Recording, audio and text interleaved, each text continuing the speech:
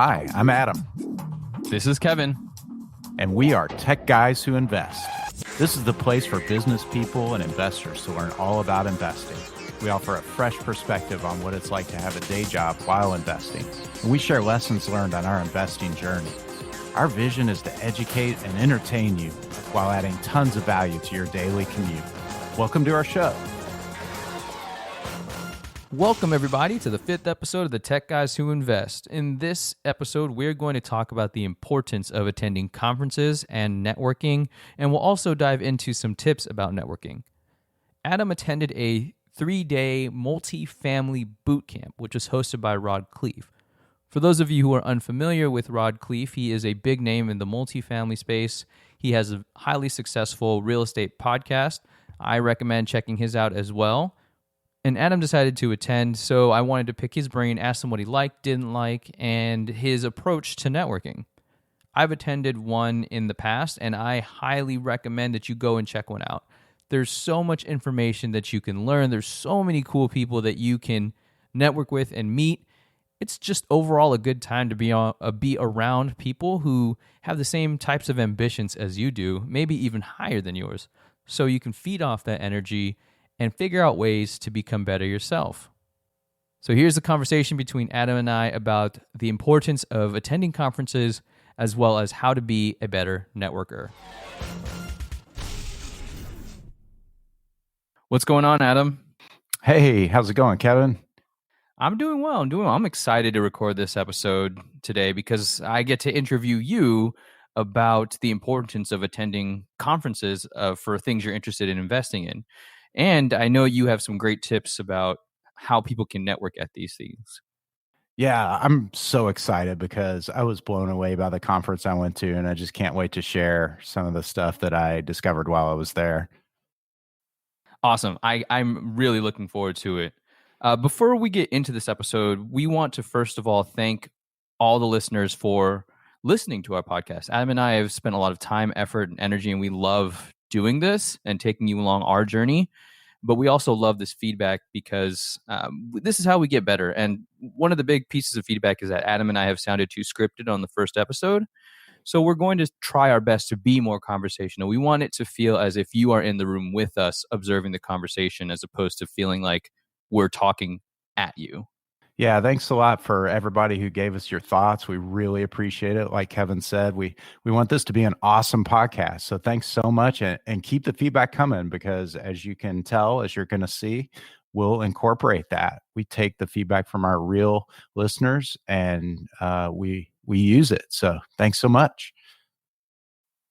All right, so let's get into it. Adam, what were you at a couple weekends ago?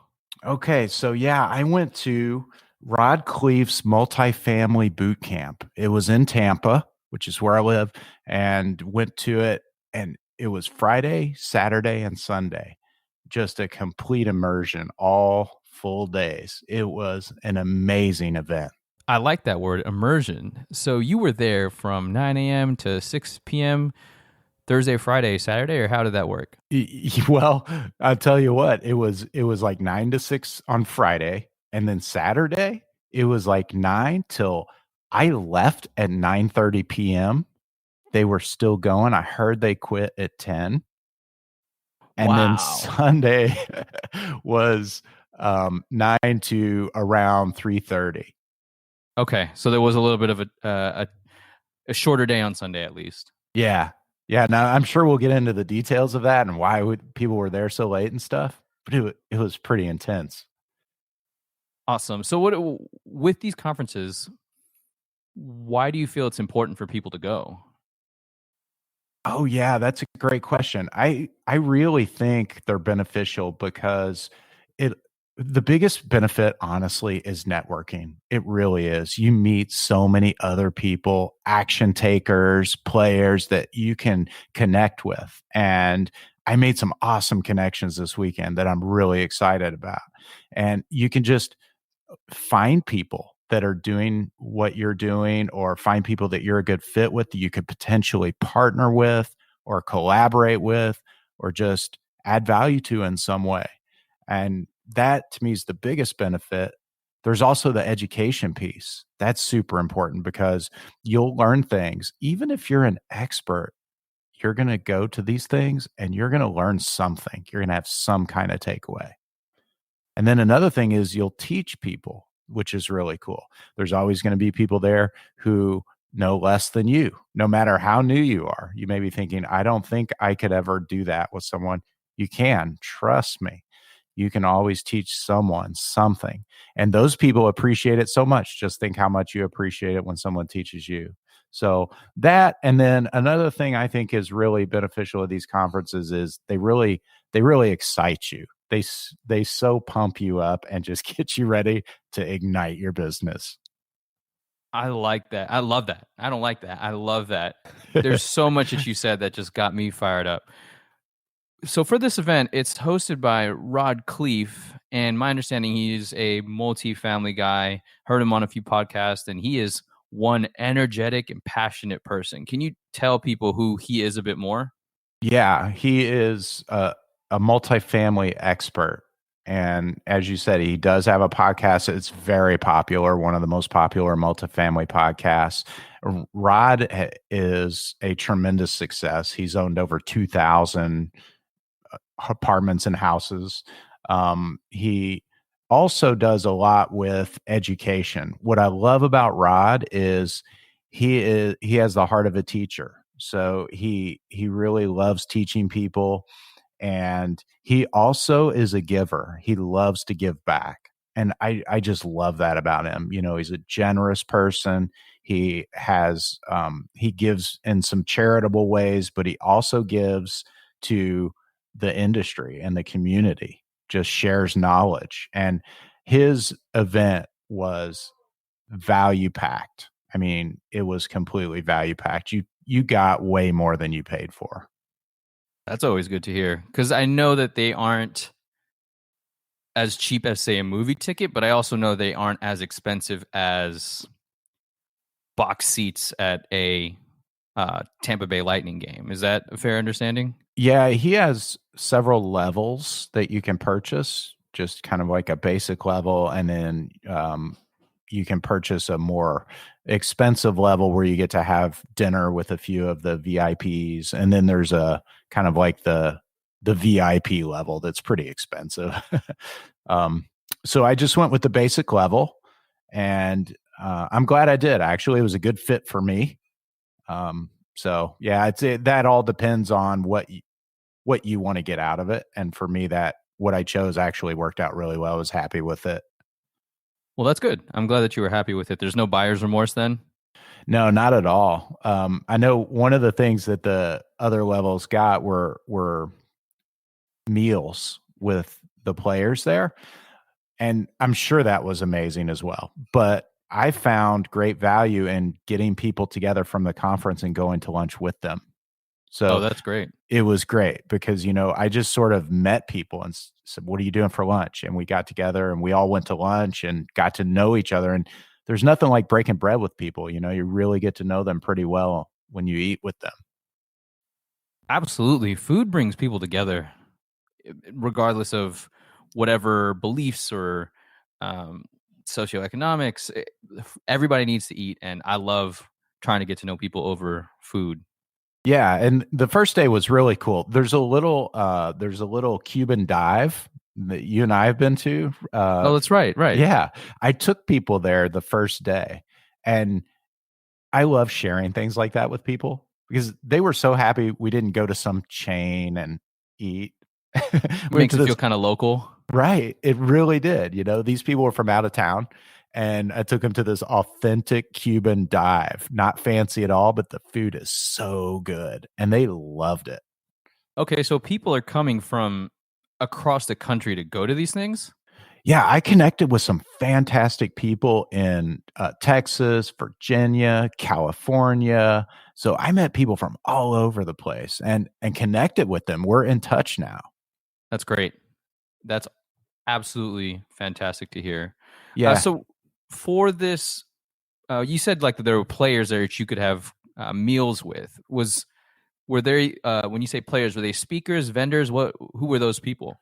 Yeah, so Rod has a group of investors who provide coaching. He has a coaching program, and the people who are successful investors with a track record can become coaches for him. So if you get into his program, you may receive coaching from one of them. And these are all people who have like 1,000 units or 500 Jesus. units or, lots of experience in the multifamily space. So they spoke. He did bring a lot of those people up on stage and had some question and answer sessions with them, which was really, really good. And those are the same people I'm talking about that you might be able to have lunch with and Okay. things like that. They're kind of his inner circle in a way. Okay, so the ability to have lunch with his inner circle is so that you can ask them questions, build that network, get to know them, build a relationship with Rod and his team. Yeah, but you weren't precluded from that if you didn't do it. I Oh, that's met some awesome of those too. people. Yeah, in fact, one gentleman I met, I hope to have on the podcast in the future. His name's Whitney Sewell, and he is someone who I was able to meet with, even though I wasn't part of that upper package. So, in this entire boot camp for 3 days, what was covered exactly? Well, he went through everything from the very beginning of what you need to do to get into multifamily.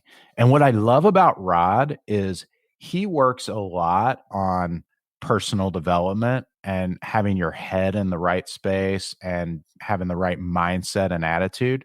Actually, that's one of my favorite things about him. It's not all just apartments and numbers and the things you need to do for that. He talks a ton about what you need to do to be successful, what the mindset of a successful individual is. And I love how he does that stuff. In fact, on his one of his podcasts has a driving for success bits where he kind of motivates you and talks about that.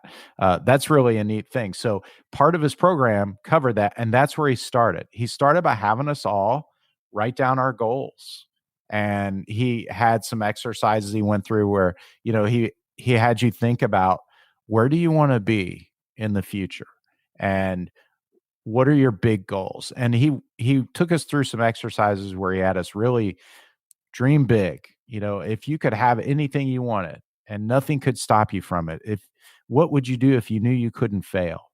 Those kinds of things. And he had us write them down because there's power in writing things down. Always. It's so cool that he started there. And man, everyone, I'm telling you, like 9 a.m. Friday morning, people were excited after that, right? Yeah, because now your goals you're starting to visualize it. It primes you for, okay, I'm at this event. I'm going to learn everything that I can. Yeah, yeah, totally. And so we went through that.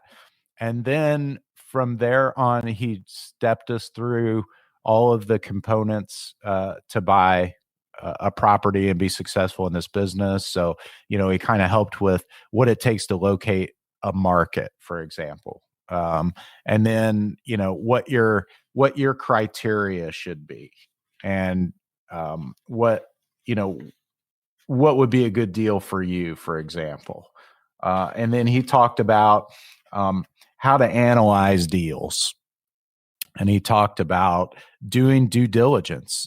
He also talked about getting the deal under contract, what it takes to do that. Once you get it under contract, how to do your due diligence. Talked about what numbers look like, really did a good job of going through that. What to expect in marketing packages and offering memorandums. And then he talked a bit about landlording as well and some strategies for that. So he really covered everything from beginning to end in great detail over the weekend. So I imagine at the end of it, you were a mix of excitement. Your brain was probably mush, and you were inspired to go after it. Yeah, you totally nailed it. I mean, that is exactly what I was. And your brain's mush because it's more of like an information overload. They just pack so much information. You're just trying to process it at the same time, is my understanding. Well, and I'll tell you another reason why mine was because I spent a ton of energy networking with people. and being high energy, positive when I met them, very, very interactive and excited to meet them. And that takes energy. You're tired after a full day of that. Oh, absolutely. Networking is exhausting. I've been to networking events and you have to be on, right? You have to be like, hey, I'm Adam, or hey, I'm Kevin. You can't be like, hey, I'm Adam. Hey, I'm Kevin. Exactly. Because who would want to talk to you, right? Absolutely nobody. And what was cool about his event is he had things built in to encourage networking. Like at one point in the event, pretty early on Friday, you had to go meet 5 people you didn't know. That was part of his segment. He set aside time for it. He goes, okay, everybody stand up. All right, now you got 5 minutes. I want you to go meet 5 people you don't know. It was so cool that he built things like that in. Absolutely. I've been to those events too, and I, so the first one I went to was in San Francisco. It's like the San Francisco Bay Area Real Estate Summit when I first started learning about real estate. When I went there, I'm not gonna lie, it's intimidating because you have a mix of highly experienced people, and I was walking in there with these bright eyes and no knowledge of anything really. I just wanted to go to network with people, and I struggled with how can I add value to somebody? Why would they want to talk to me, right? But then that's just my own limiting belief. I don't know if you experience this, but once you unhinge that belief, people are more than willing to get to know you because they see it as an opportunity to expand their network by talking to you. Yeah, I totally agree with that. And I'm in a place right now that's kind of a funny place because I'm in the middle. There are people who are a lot more experienced than me, like those people that I was talking about. And I love meeting them because I want to learn from them. I want to get where they are. And then there are people who are brand new and haven't done anything yet. They're just getting started and they may have even been there just to learn. And I love teaching people like that. I have the heart of a teacher, so I really enjoy helping those people learn and grow. That's so cool to me.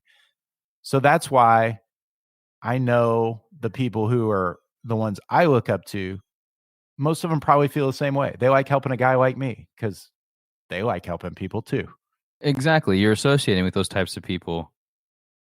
right?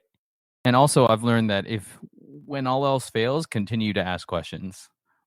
Just shut up and Absolutely. listen and ask the right questions, and you will learn so much just by asking questions to people that are at these events. Yeah. Yeah. It's so true. So for this event, what did you like about the event in general? I mean, besides networking and listening to Rod. Well, those are the things I liked a lot. Networking the most. That's the top thing for me. Learning the information. Well, it was a bit of a recap in most areas. Of course, I learned some things, but a lot of it I did know already.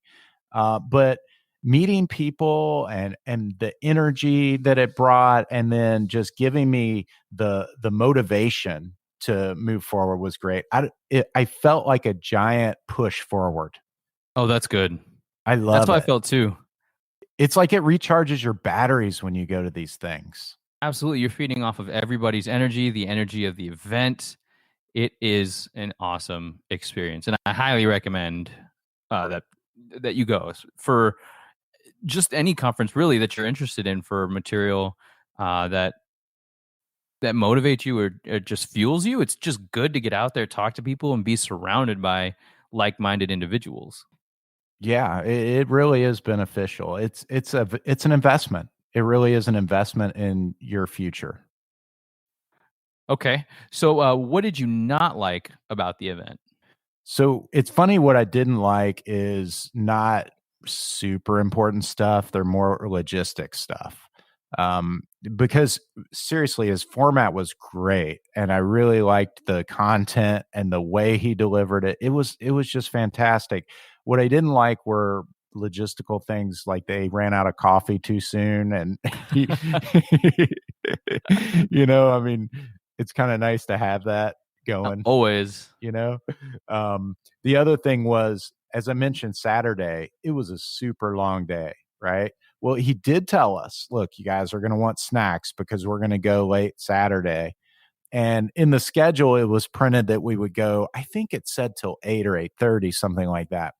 Um, but there really wasn't much of a break between the last segment around 5:30 and when they got started with the evening event, which was a panel that I can talk a little bit about.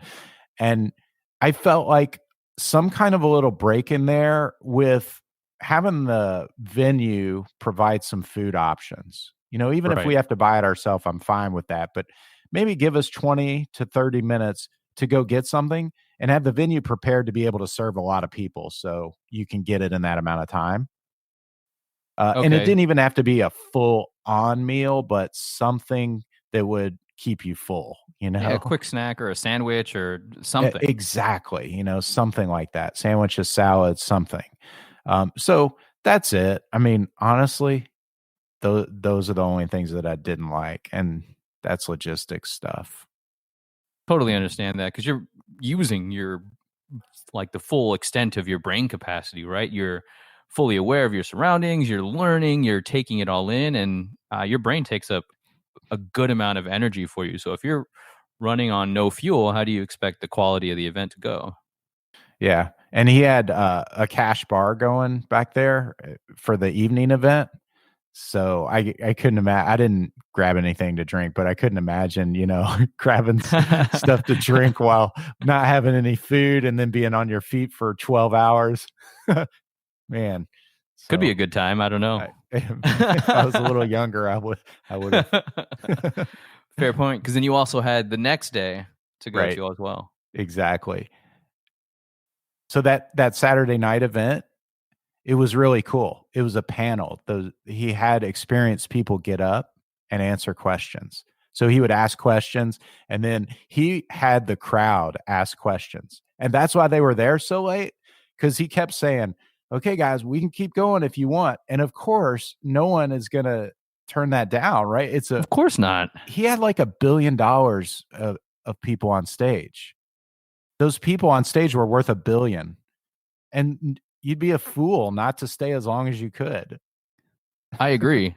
So I think that brings up a thought that I had, and you mentioned this earlier, that even if you're an expert, you can go and learn. And people that I admire in whatever industry they're in, they're constant learners. They don't see this as, oh, I already know all this, that's it, and kind of just are discouraged.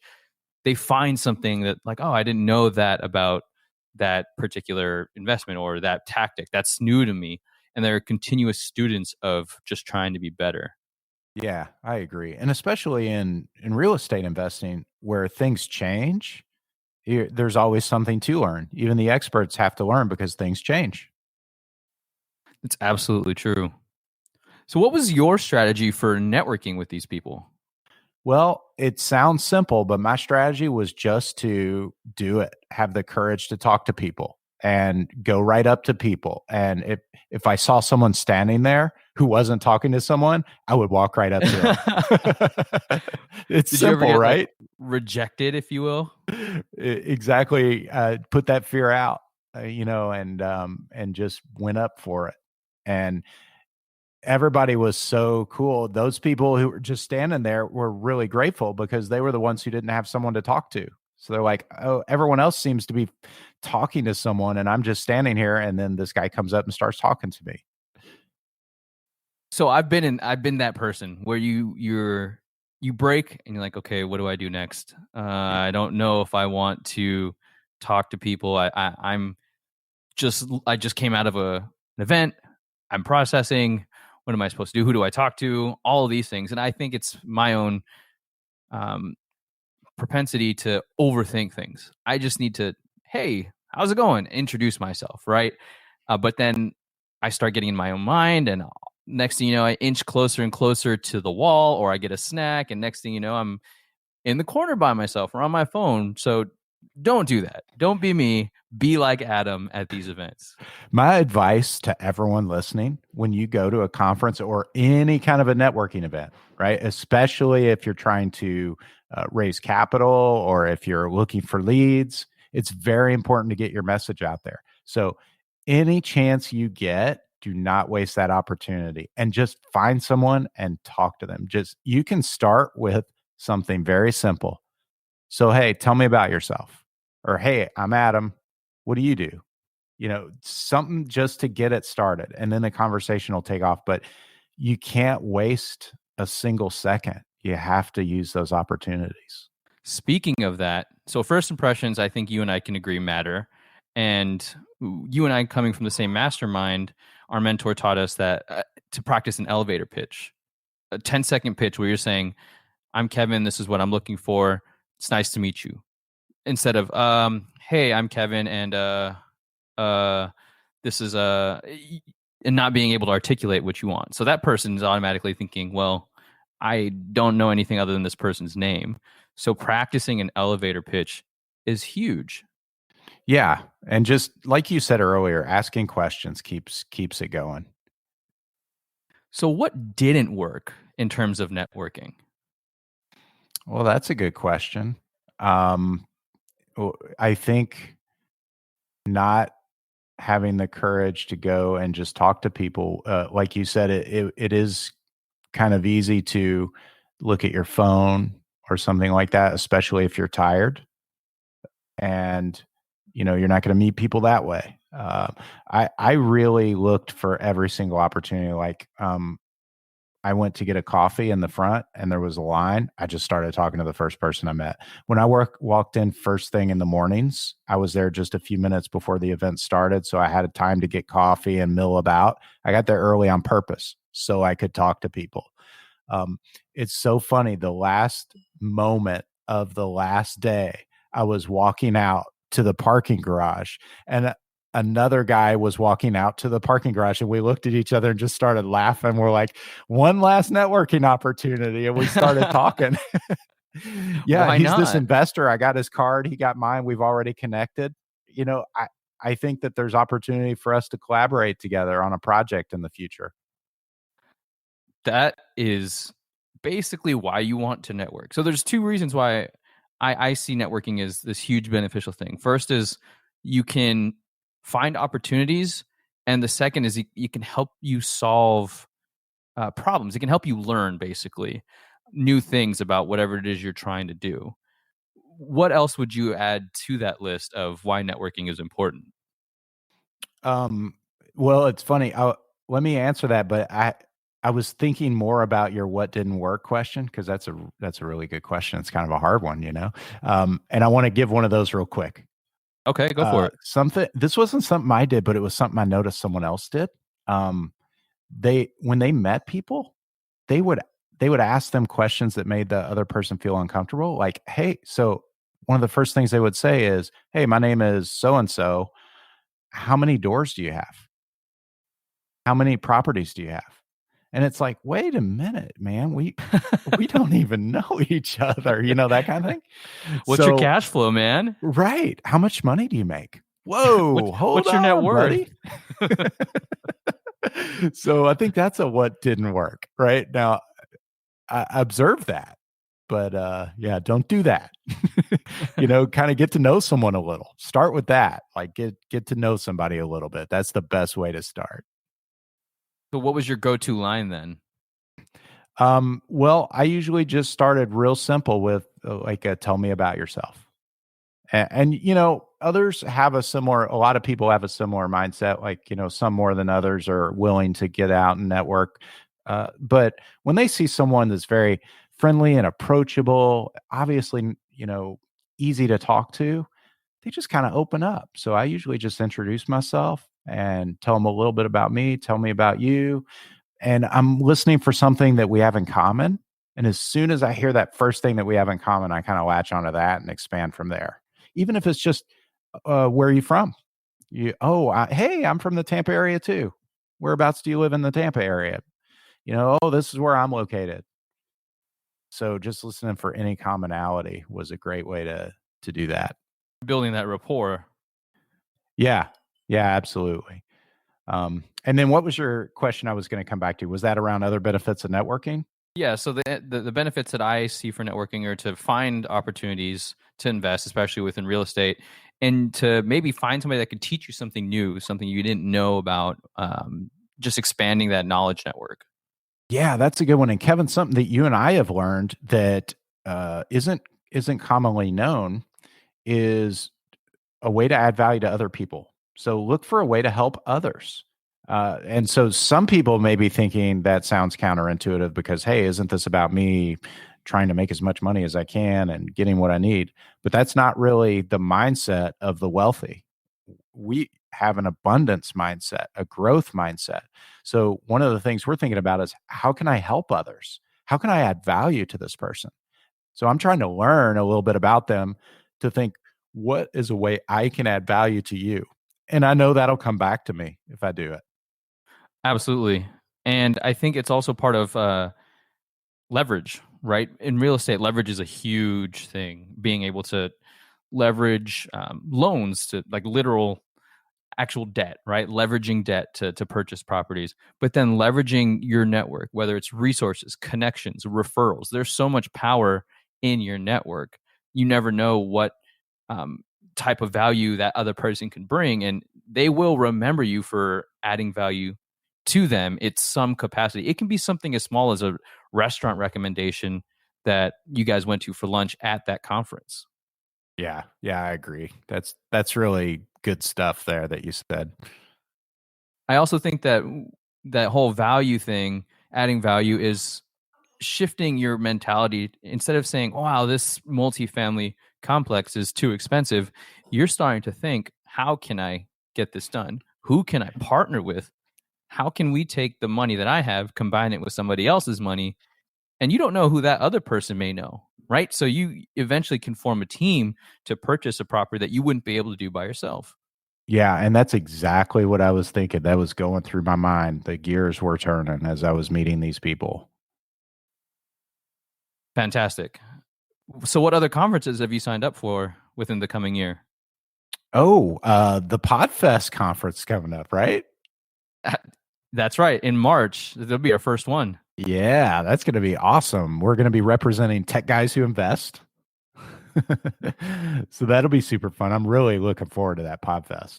Yeah, me too. There's so many brilliant people at that network, that whole weekend. I can't wait to learn. Just my mind is going to be mush by the time we get out. Yeah, it'll be great.